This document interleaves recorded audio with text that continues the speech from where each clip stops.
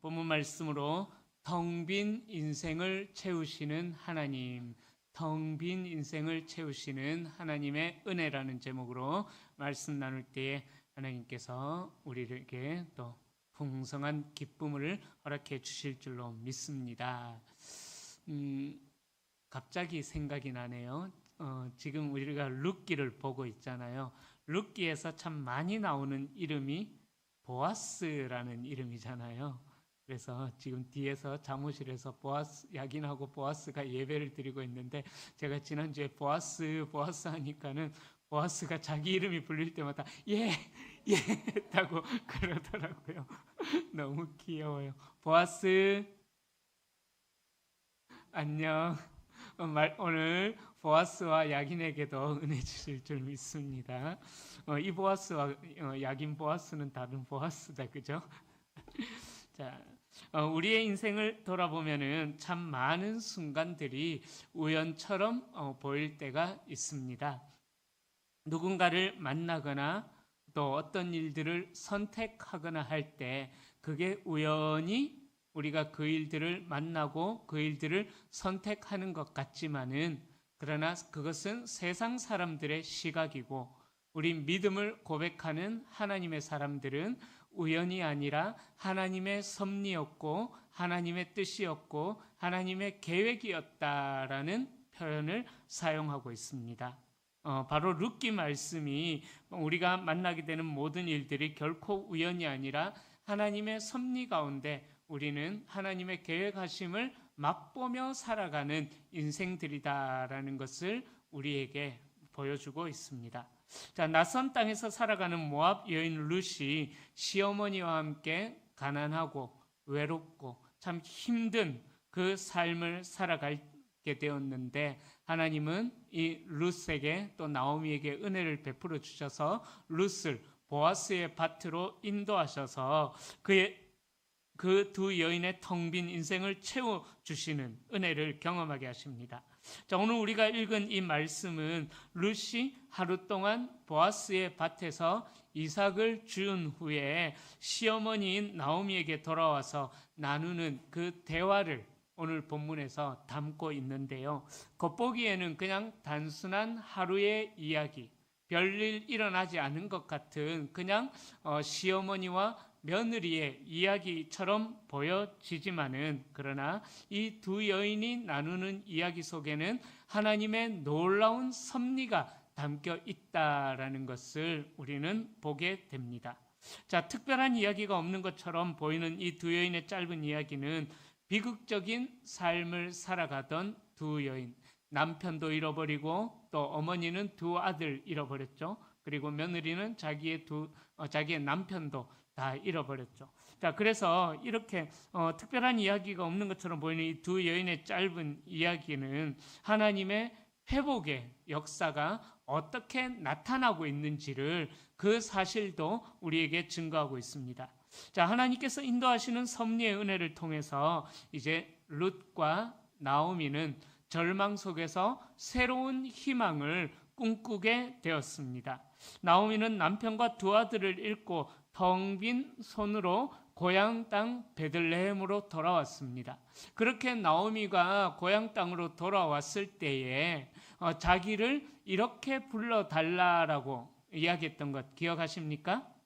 앞으로 나를 나오미라 부르지 말고 뭐라고 불러요? 마라라고 불러라라고 그렇게 이야기했습니다. 나오미라는 이름의 뜻은 나의 기쁨, 즐거움, 그런 뜻이 있고, 마라라는 이름의 뜻은 쓰디쓴, 괴로움, 하여튼 그런 이제 나오미와는 반대되는 그런 의미가 있습니다. 자, 그렇게 나오미는 고향 땅으로 돌아오면서 나를 나오미라 부르지 말고 마라라고 부를 만큼 그녀의 인생은 텅 비어버린 인생, 고통과 상실로 가득한 그러한 인생이 되어버렸습니다. 그러나 그 절망의 순간에도 하나님께서는 룻이라는 신실한 며느리를 통해서 그녀의 삶에 작은 소망의 빛, 하나님께서 어떻게 회복시켜 나가시고 그 텅 빈 것을 채워 나가시는지 하나님의 역사하심을 보여주고 있는 것입니다. 자, 또한 이 룻기도 역시 사사시대 성경이에요. 여러분, 사사시대 성경이라고 해서 꼭 사사기만 사사시대 성경이 아닙니다. 사사시대 성경은 범위가 어디까지 가냐 하면은요, 여호수아부터 사무엘까지 가는 게 이제 사사시대의 성경 범위입니다. 자, 그러니까 그 당시 사사들과 관련된 사람들이 활동했던 시대에 기록된 성경이 바로 사사시대의 성경이거든요. 그러니까 이스라엘의 마지막 사사가 사무엘이었잖아요. 그죠? 그래서 사무엘서도 사사시대 성경의 사사시대 성경으로 분류가 되어지고 있습니다.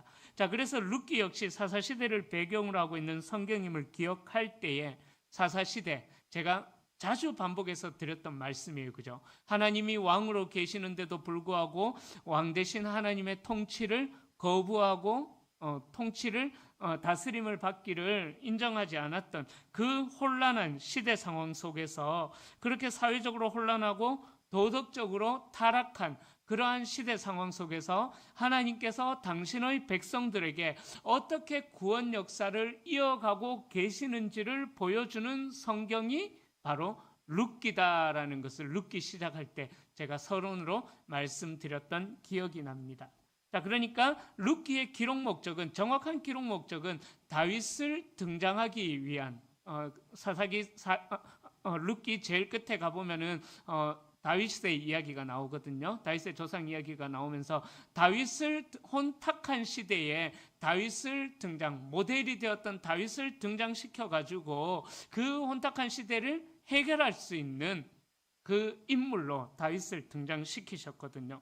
자, 그렇게 첫 번째 기록 목적은 다윗을 등장시키기 위함이었지만은, 그러나 또 다른 목적, 바로 두 번째 목적이 그렇게 혼탁한 시대 속에서 저마다 자기 소견의 옳은들을 행하는 그러한 시대 분위기 속에서 하나님을 왕으로 모시고 신실하신 하나님을 따라서 자신도 신실하게 삶을 살아가고 성실한 삶을 살아갔을 때에 그 성실하고 하나님을 향한 신실한 사람을 어떻게 채워주시는가, 텅 빈 인생을 어떻게 채우시는가, 모두가 다 하나님을 떠나버린 텅 빈 그 시대에 하나님이 하나님의 사람을 어떻게 채워가시는가, 그 주제가 바로 사사기에서 이야기하는 또 다른 주제가 되는 것입니다. 자, 그러니까 하나님의 구원 역사가 하나님의 신실한 백성을 통해서 계속해서 이어져 가고 있다라는 것을 이 룻기가 증거하고 있는 거죠. 자, 첫 번째로 성실한 삶에 깃든 하나님의 은혜에 대하여서 이야기를 하고 있습니다. 자, 17절에 보면은 룻이 저녁 늦게까지 밭에서 이삭을 주었다라고 기록합니다. 자, 그녀는 지난번에 말씀드렸던 대로 이 이방 땅에서 이삭을 주기가 쉽지 않은 상황이었습니다. 이방 여인이었기 때문에 생명의 위협도 당할 수가 있고, 또 남자들도 많았기 때문에 그런 성폭행도 당할 수 있는 그러한 상황에 놓여 있었지만은, 그러나 룻은 아무도 알지 못하는 베들레헴에서 연약한 과부로서 자기가 감당해야 될 일을 신실하게 성실하게 감당하기 위하여서 밭으로 이삭을 주우러 나갔다라는 거예요. 자, 그녀의 유일한 희망은 이삭을 주어서 시어머니와 함께 하루하루 근근히 먹고 살아가는 것, 어찌 보면은 죽지 못해서 살기 위해서 살아가는 것이 아니라 죽지 못해서 근근히 살아가는 것, 아마 그렇게 텅 빈 인생이 룻과 시어머니 나오미의 인생이었던 거죠. 그런데요, 룻은 그 일을 대충 하지 않았다라는 것입니다. 해가 질 때까지 묵묵히 땀 흘려서 일을 했다라는 거예요. 자, 그리고 놀랍게도 그녀의 수고는 하루에 한 에바를 거두었다라고 이야기하죠. 여러분 한번 생각해 보세요. 보리 하나를 줍는 것, 보리가 요만하잖아요, 그죠? 이거를 한 에바가 어느 정도 되냐 하면은 약 22kg 정도, 22kg 정도 되거든요. 그러니까 보리 하나 이렇게 주어가지고 그거를 22kg나 될 정도로 주었다라고 생각해 보세요. 얼마나 많이 수고했는지 상상이 되시죠? 자, 이스라엘 백성이 광야에서 매일 거두던 만나가 하루에 10분의 1 에바였어요. 그러니까 이 10분의 1 에바는 성인 한 명이 하루를 먹고 살 수 있는 양이었거든요. 그러니까 룻이 하루 동안 한 에바를 거두었다라는 것은 성인들의 10일치 양식을 거두었다라는 말이에요. 그러니까 얼마나 그 힘든 상황 속에서도 묵묵히 자기가 감당해야 될 일을 감당했다라는 것을 아침부터 고된 노동을 늦은 저녁까지 묵묵히 해냈다라는 것을 우리는 알 수가 있습니다. 자, 우리의 옛말에 그런 말이 있죠. 감나무 밑에서 입 벌리고 있다. 이게 속담인가요? 뭔가요? 하여튼 제가 인터넷에 아무리 찾아봐도 예를 들자면 소귀의 경읽기처럼 딱 떨어지는 어떤 그런 말이 잘 안 나오더라고요. 하여튼 그렇게 우리 옛말에 그냥 감나무 밑에서 입 벌리고 있다라는 말 있잖아요. 감이 떨어지기를 기다리면서, 그죠? 이 감나무 밑에서 입 벌리고 있다라는 이 말은 아무 노력 없이 좋은 결과나 이익이 저절로 오기만을 바라는 상황을 비유적으로 일컫는 말이 감나무 밑에서 입 벌리고 있다라는 말이죠. 자, 이런 말처럼 우리가 신앙생활 중에 하는 중에 헷갈리지 말아야 할 상황이 뭐냐 하면은 바로 기도해야 될 문제와 내가 실천하면 될 문제를 가지고 의외로 많은 분들이 헷갈려하고 있다라는 것 여러분들 아셔요? 여러분, 우리가 기도하는 이유는요, 내 힘으로 감당할 수 없는 일들을 하나님께서 이루어 주시기를 소망하면서 우리가 기도하는 거잖아요. 예, 그죠? 그런데 의외로 많은 분들이 내가 그 일을 충분히 감당할 수 있음에도 불구하고 실천하지 않고 그 문제를 붙들고 기도하는 사람들이 의외로 많이 있다라는 거 아세요? 예를 들자면 이런 거죠.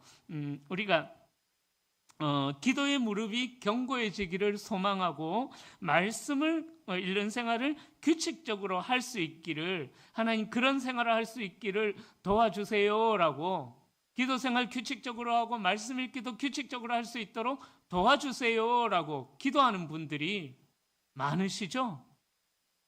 그런데요, 여러분, 다시 한 번 더 생각해 보십시오. 기도 생활 견고히 하는 것, 말씀을 규칙적으로 읽는 것, 이게 기도해야 될 문제일까요? 실천해야 될 문제일까요? 예? 두 개 다. 제가 밑에 또 적어놨어요. 조금 이따 두 개 다라고 이야기하셨던 분들 제가 또 거기에 대한 변호를 또 하겠습니다. 여러분, 우리가 기도해야 되는 것, 말씀, 예를 들어서 이야기하는 거예요. 말씀을 읽는 거는요, 그냥 내가 나아가면 되는 거예요. 기도 자리에 와서 물론 환경이 안 열려져서 어쩔 수 없는 분들, 제가 말씀드렸죠. 내 힘으로 할 수 없는 것들, 그거는 기도해야 돼요. 정말 기도하고 싶은데 남편이 막 반대를 해가지고, 또 말씀을 펴들고 싶은데 집에서 말씀을 펴들면 남편이 성경 찢어버린다. 그럴 경우에는 남편의 마음을 바꿔주시라고 우리가 기도해야 되겠죠. 그죠? 그러나 충분히 환경이 열려져 있음에도 불구하고 우리가 하나님, 그렇게 기도하는 거예요. 하나님, 내 마음에 기도하고 싶은 마음들을 주세요. 규칙적으로 성경 읽도록 도와주세요. 여러분, 이거는요, 실천하면 되는 것입니다. 그런데 이런 문제를 두고 말씀 앞에 앉아있게 하시고 기도의 무릎을 꿇게 해주시옵소서라고 기도만 하고 있는 거죠. 그런데 그렇게 기도하는 분들의 대부분의 마음속에 드는 생각은 그런 마음을 품지 않는다는 게 큰 문제라는 거죠. 마음이 없으면서, 마음이 있으면 기도하게 되는 거고, 마음이 있으면 말씀을 읽는 자리에 나가는 거잖아요. 그러니까 또 이렇게 이야기하는 분들이 계셔요. 아까 전에 제가 말씀드렸던 것처럼 하나님께서 마음을 주셔야지 내가 말씀 앞에 앉아 있을 수 있고, 마음을 주셔야지 기도의 자리에 앉아 있을 수가 있지요라고 이야기하기도 합니다. 그러나 그렇게 하나님 앞에 기도하기 전에 내 마음부터 먼저 한번 돌아보시고 내 삶의 습관부터 한번 돌아보셔야만 합니다. 가만히 생각해 보면은 우리가 충분히 기도할 시간적인 여유도 있고 충분히 말씀을 펼칠 환경도 있고 시간적인 여유도 있음에도 불구하고 그런 마음을 갖지 않으면서 핑계거리로 하나님께서 마음을 안 주시니까 내가 기도하지 않는다, 성경 읽지 않는다, 그렇게 이야기하고 있는 것은 아닐까 생각해 보셨으면 좋겠습니다. 여러분, 우리의 모든 삶은 하나님의 섭리 아래 있는 것입니다. 하지만 하나님의 섭리 아래 있다고 해서 우리가 아무것도 하지 않아서는 되지 않는다라는 거예요. 하나님께서는 우리에게 최선을 다하는 성실하심을, 하나님 앞에서 신실함을 하나님께서 요구하고 계신다라는 거예요.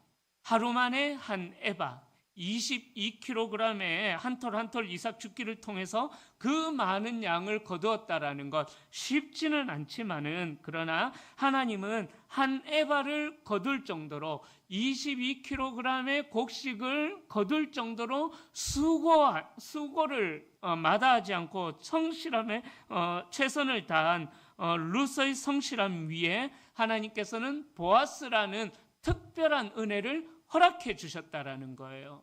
여러분, 이걸 기억하셔야 돼요. 하나님, 나에게 특별한 은혜를 주십시오라고 기도하면서 그냥 감나무 밑에서 입 벌리고 있으면 안 된다라는 거죠. 제가 그것을 말씀드리는 겁니다. 바로 룻의 성실함 위에 하나님께서 보아스라는 특별한 은혜를 베풀어 주신 것처럼 우리는 하나님 앞에서 우리에게 주어진, 하나님께서 우리에게 맡기신 사명을 성실하고 충성되게 감당해내야 된다는 것입니다. 자, 오늘 본문에 나오는 이 기록은 그렇게 이제 또 별일 아닌 것처럼 넘길 수도 있지만, 그러나 성경 저자는 룻의 성실함을 강조하면서 또 보아스의 밭에서 얻은 특별한 은혜가 있었다라는 것을 이야기하고 있는 것입니다. 자, 그래서 보아스는 룻에게 내 밭에서 계속 곡식을 주어라, 내 종들에게 가까이 붙어 있어라. 왜냐하면은 너를 해할 자가 나타날 수도 있기 때문에 내 종들 옆을 떠나지 말고 내 밭에서 머물러 있어라. 바로 보아스가 룻에게 특별한 은혜를 베풀어 주었다라는 거죠. 심지어 보아스는 자신의 일꾼들에게 일부러 이삭을 흘려주라고 지시하기까지 하는 그런 특별한 은혜를 베풀어 주었던 것입니다. 자, 그러기에 룻이 한 에바를 거둘 수가 있었다라는 거죠. 여러분, 기억하셔야만 합니다. 하나님의 특별한 은혜는 우리 인간들이 감당해야 될 최선의 자세도 하나님께서는 요구하고 계신다라는 것을 우리는 기억해야만 합니다.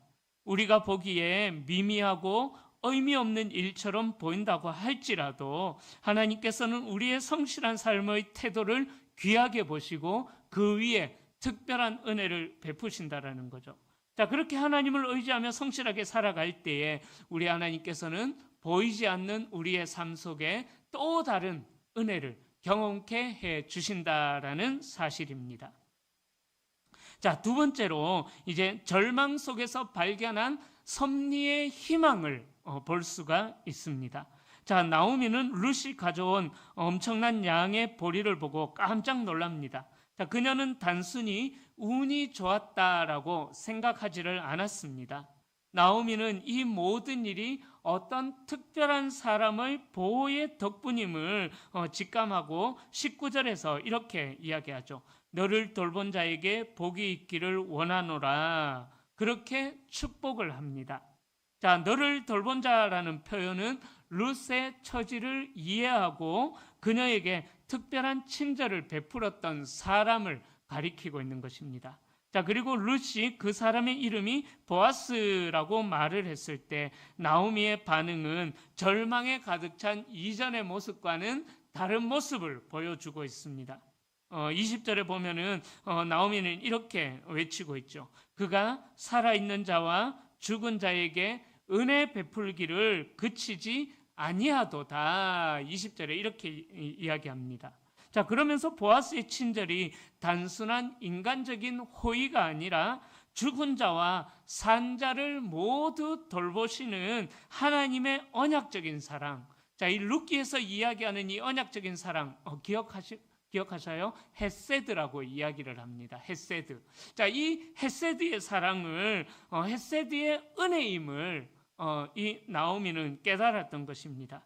자, 그러니까 나오미는 모든 것을 이룬 줄 알았지만은, 그러나 하나님께서 여전히 충성된 사랑, 헤세드의 사랑, 성실한 헤세드의 사랑으로 자신을 돌보고 보살피고 계신다라는 것을 나오미는 깨달았다라는 것입니다.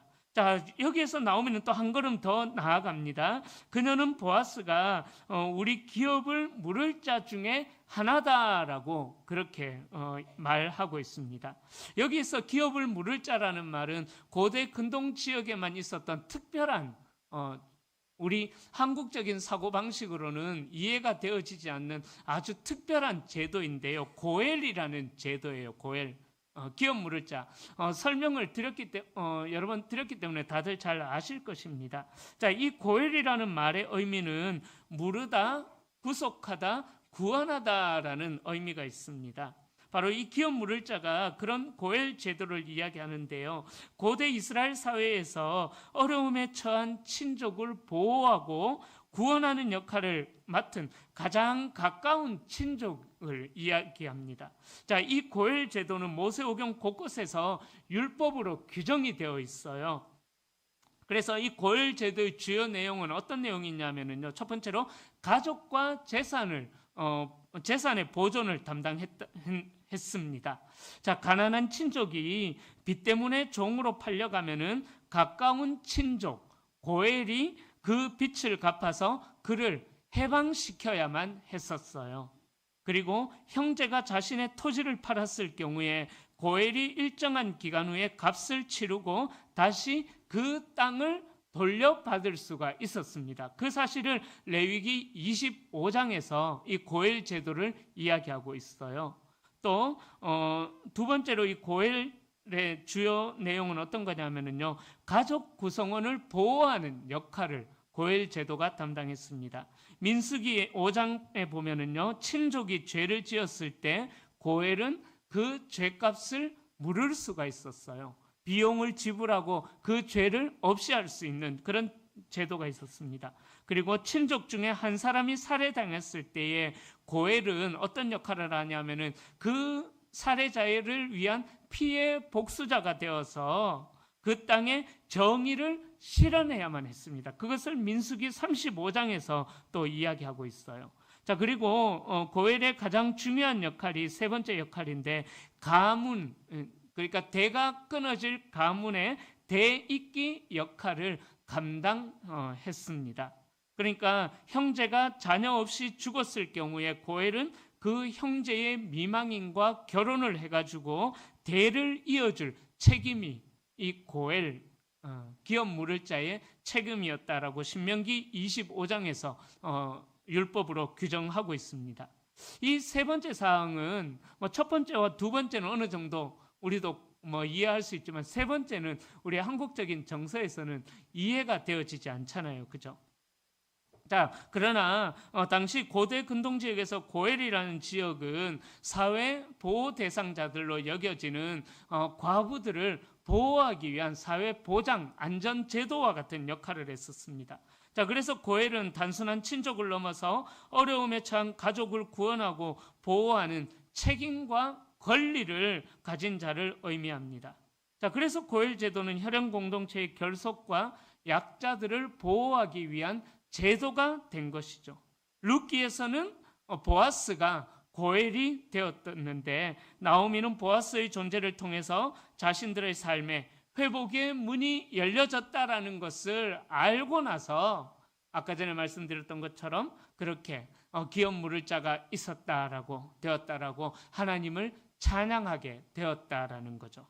자, 이 구절이 바로 이 룻기 전체에서 가장 중요한 터닝 포인트가 된 것입니다. 20절이 가장 중요한 터닝 포인트인데요. 절망과 고통 속에서 자신을 말하라고 불러달라면서 하나님을 원망하고 그렇게 쓰디쓴 눈물을 흘렸던 나오미가 이제는 터닝 포인트, 전환점을 경험하죠. 하나님을 찬양하는 자리로까지 나아가게 되었다라는 것입니다. 이전에는 하나님이 자신을 텅 빈 인생이 되게 하셨다라고 원망했지만, 그러나 이제는 죽은 남편과 아들의 가정까지 기억하시면서 살아있는 자신과 룻을 위해서 헤세드의 사랑, 언약적인 헤세드의 사랑을 베푸신 하나님의 은혜를 발견하고 찬양하는 자리까지 나아가게 되었다라는 거예요. 즉, 이 룻은 이 사건을 통하여서 상황을 바라보는 것이 아니라 하나님을 바라보게 되었다라고 증거하고 있는 것입니다. 마찬가지로 이 고엘의 개념은 죄로 인하여서 모든 것을 잃어버린 우리를 대신하여서 십자가에서 값을 치르고 영원한 생명을 주신 예수 그리스도를 예표하는 것이 바로 이 고엘이라는 제도인 것입니다. 예수님께서 우리의 고엘이 되어 주셔서 하나님과의 관계를 회복시켜 주셨고, 그 은혜로 말미암아 우리는 하나님의 은혜 아래 거할 수가 있게 된 것입니다. 바로 룻기에서 이 고엘 제도를 이야기하고 있는 거죠. 자, 마지막 세 번째로 순종으로 완성되는 회복의 여정에 대하여서 이야기하고 있습니다. 자, 21절에 보면은요, 룻은 보아스가 추수 기간 내내 자신의 밭에서 안전하게 일하라고 했다는 사실을 시어머니 나오미에게 전합니다. 자, 그 말을 들었던 나오미는 22절에서 룻에게 다른 밭에서 너를 만나는 자가 없게 하는 것이 좋으니라. 요 구절을 꼭 기억하고 계셔야 돼요. 나중에 다른 이제 뒷부분에 가서 다음 주나 다다음 주쯤에 요 구절을 가지고 또 연결을 해서 제가 설명을 드릴 거예요. 자, 그래서 다른 밭에서 너를 만나는 자가 없게 하는 것이 좋으니라 라고 하면서 보아스의 밭에 계속 머물 것을 지혜롭게 조언합니다. 자, 나오미는 룻이 보아스의 보호와 은혜 안에 머무는 것이 가장 현명하고 안전한 길임을 깨닫고 그렇게 룻에게 권면한 것이죠. 나오미의 권면을 따라서 룻은 보리 추수와 밀 추수를 마칠 때까지 보아스의 밭에 머무릅니다. 자, 보리 추수와 밀 추수를 마치기까지 기간은 대략 어느 정도 걸리냐 하면은 3개월 정도의 시간이 걸립니다. 자, 룻은 짧은 기간의 노동으로 그치지 않고 나오미의 말에 순종하여서 긴 시간 동안 안정적인 삶의 터전을 확보할 수가 있었던 거죠. 자, 이는 룻이 나오미의 지혜를 신뢰하고 하나님의 섭리에 순종했다라는 것을 보여주고 있는 것입니다. 자, 그 순종으로 인하여서 이 룻은 그녀의 삶의 새로운 전환점, 새로운 국면을 맞이하게 되었습니다. 이 기간이 어떻게 되어지느냐, 나중에 이야기하겠지만은요, 바로 보아스와 룻이 그 관계가 더욱더 깊어지는, 그래서 보아스가 룻을 더 깊이 알아가는 계기가 되었다라는, 그래서 보아스가 룻을 만나기 위한 중요한 준비 기간이 되었다라는 것입니다. 자, 룻은 나오미의 말을 듣고 즉시 순종합니다. 이 순종이 룻을 안전한 길로 인도했습니다. 그녀는 보리 추수와 밀 추수를 마칠 때까지 석 달의 기간 동안 나오미와 함께 보아스의 밭에서 평화롭게 거주할 수가 있었다라는 거죠. 자, 그러니까 룻의 순종은 우연히 만난 보아스를 단순히 도와준 사람이 아니라 그녀들의 삶에 깊이 개입한 구속자로까지 보아스를 만들어 주었다라는 거죠. 이는 훗날 룻과 보아스의 결혼으로 이어지면서 모든 것이 하나님의 섭리 아래 일어난 일이었다라는 것을 다시 한 번 더 증명하고 있습니다. 여러분, 나오미의 권면을 따르는 룻의 순종을 통해서 하나님의 응답을 깨달았을 때에 그렇게 즉각적으로 순종하는 룻의 모습을 보면서 우리의 순종이 어떠해야 될지 우리는 배울 수가 있습니다. 여러분, 아까 전에 말씀드렸던 것처럼 하나님께서는 당신께서 우리에게 특별한 은혜를 베풀어 주시는데 우리의 성실함을 요구하는 것처럼 하나님의 섭리는요, 우리가 하나님의 섭리를 깨닫고 순종할 때에 하나님의 특별한 섭리는 완성이 되어지게 된다는 것입니다. 하나님은 우리의 삶에 분명한 인도하심을 보여주십니다. 그것이 작은 깨달음이든 또 큰 깨달음이든 지혜로운 조언이든 우리는 하나님께서 주시는 깨달음에 순종을 해야만 하는 거죠. 그렇게 순종할 때에 그 순종이 하나님의 특별한 은혜를 날마다 맛보며 살아가는 귀한 통로가 되어진다라는 것입니다. 그러니까 다시 말씀드리자면은 우리의 순종은요, 하나님의 계획을 신뢰하는 믿음의 증거가 되는 것입니다. 룻의 순종이 그녀의 삶을 회복의 길로 이끌었던 것처럼 우리의 순종도 하나님의 회복의 은혜를 맛보게 하는 가장 중요한 통로가 우리의 순종이 된다라는 사실을 기억하셔서 올바른 순종으로 말미암아 또 전적인 순종으로 말미암아 하나님의 축복 가운데 거하는 우리 성도님들이 될 수 있기를 축복합니다.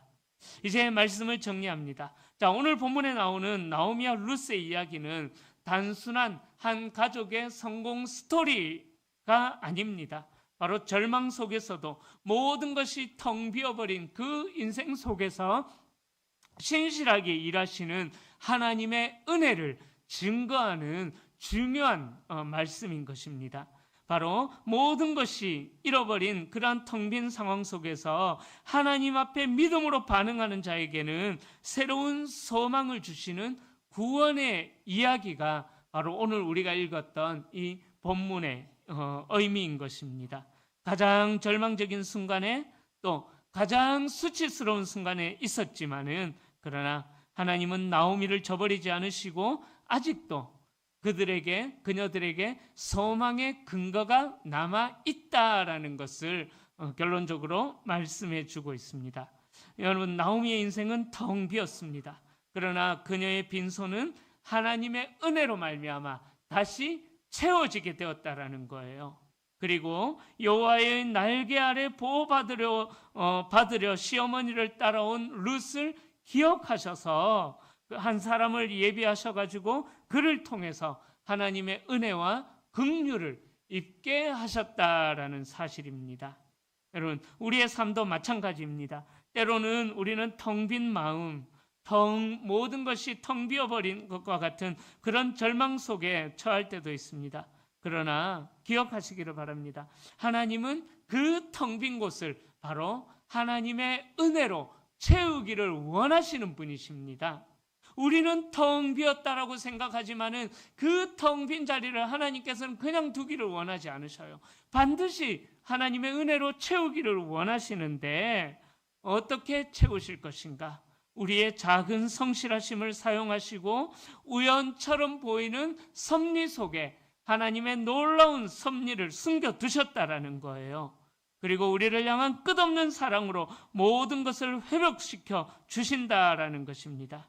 그러기에 우리의 삶이 지금 텅 빈 것처럼 보인다고 할지라도 살아있는 자와 죽은 자에게 은혜 베풀기를 그치지 않으시는 하나님께서 우리의 삶을 풍성하게 채워주실 줄로 믿습니다. 그 하나님의 사랑이 오늘을 살아가는 우리에게도 소망의 근거가 되기를 기대합니다. 그리고 우리의 삶에 동일하게 일하시는 하나님을 신뢰하고 순종함으로 말미암아 하나님의 회복의 은혜를 누리는 우리 모든 성도님들이 다 되시기를 주님의 이름으로 간절히 축원합니다. 기도하겠습니다.